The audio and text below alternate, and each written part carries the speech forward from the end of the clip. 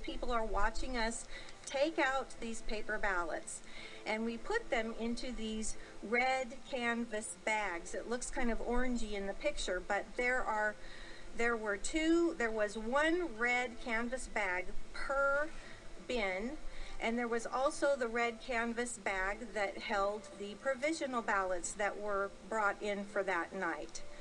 So we bring them in. These bags have a specialty zipper and then this flap lock so that that red numbered tab lock can go in them.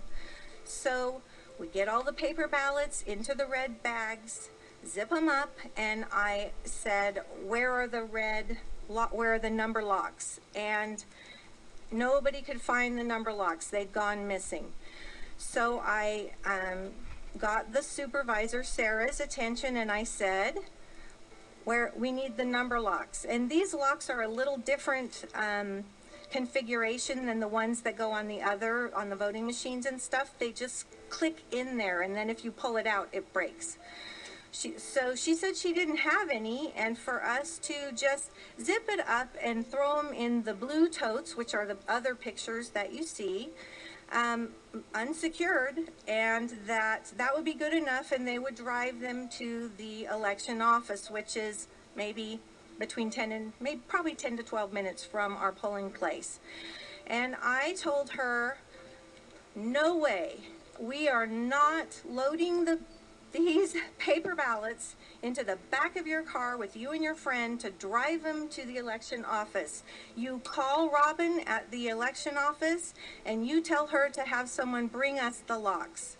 She rolled her eyes, literally walked away, and I just sat there watching those ballots. I was not going to let those out of my sight. Me and another gal named Lori. There was a gal named Gloria. There was an elderly guy that I think had COPD because I brought him his oxygen and helped him out there. We sat there and watched those paper ballots to be sure they were secure until those numbered tag locks could come. So we waited about 20 minutes and they still hadn't come, so I flagged down our supervisor again and said, hey, is somebody bringing those tab locks? And she said, Wrap it up. Yep. We got a lot. Okay, so she said, we don't need them. And I said, I'm not leaving here until you bring them. So finally, after my second request, they brought the numbered tab locks. And so I asked where the chain of custody forms were. And she said they didn't have any. And I said, it does no good to lock them without a chain of custody form. And she refused to do a chain of custody form and demanded that we throw them in her car. And that's when I took the pictures to document the numbers protecting those paper ballots. In my job as a nurse, if you send a urine drug screen to the lab and it's all sealed up but you have no chain of custody form, they throw it away because the chain of custody form is what proves it hasn't been tampered with. Those bags left that place with the tags I pitched a fit on about and took pictures of, but no chain of custody form. I had no idea what would happen to them after they left that place. I followed the supervisor and her friend, and the sheriff made sure the bags got into the election office, went home, couldn't sleep. Well, I went actually to our poll worker who'd been kicked out's house, had a sleepless night. The next day, I went to the local election office and met with our local election authorities. They wouldn't listen. I gave them pictures of the tab locks, asked them could we at least look at them and make sure they're still sealed and do a chain of custody form. They refused. He told me, Gary Hamilton, my commissioner on the election board, said it wouldn't matter if a couple 100 ballots went missing. That was the response from my local election office. And so here I knew that we had these unsecured. All our paper ballots were completely unsecured. Less secure than someone's urine drug screen, right? So then on the Friday, the 13th, when we go to do our initial count of the paper ballots, guess what? They come out of the back room in cardboard boxes, not in the bags I sealed on election night. And there's no chain of custody form. There is no documentation of what happened to those people's ballots between when I locked them up election night and when they walked out in cardboard boxes. I had to bite my tongue because I was a poll watcher and I couldn't take pictures, but there's a whole room full of people who could corroborate that they came out in cardboard boxes, not in those canvas bags. Now you tell me why they all cheered when the paper ballot count matched the machine count. It means nothing when you count paper ballots that have been handled, removed from their sealed containers, and no documentation of what happened to them in between. Counting paper ballots means zip, nothing, absolutely nothing.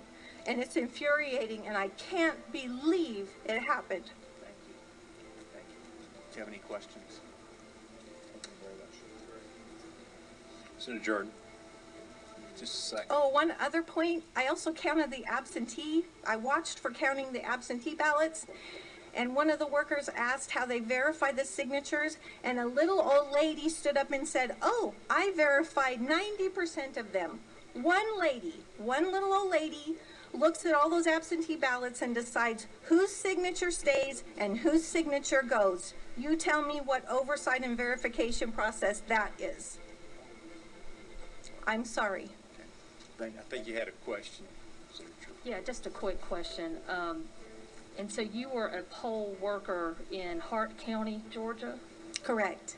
And with respect to the ultimate count there, isn't it true that President Trump won that county 9,465 votes to 3,100 It is, approximately? which is remarkable. So the Trump team is willing to listen to me, someone who lives in a county where Trump won by a landslide, because I want to tell you, I don't give a rip who won. What matters to me is that the people's vote is more protected than their urine. Think about it. It doesn't matter who won. Those paper ballots were not secure. I don't care if you're a Democrat, a Republican. I don't care if you voted for Minnie Mouse. I don't care. The process is flawed when your urine is more protected than your vote. And that is what happened. And that's why I'm here. Because you need to fix the holes that jeopardize every single person sitting in this chair. I don't care who they voted for. Those voters, I saw a woman lead her blind husband in to vote. I saw a man pull up in a big van and come out in his electric wheelchair to vote. Those are my voters. It's my job to protect their vote. It's your job as legislators to ensure that there are safeguards for their votes, and that when the law is broken and people don't follow the law, you're supposed to make sure that they do. That's your job. And it's not just my vote, it's yours too. Think about it. Your vote might not have counted either. Not a single person in this room. You don't know.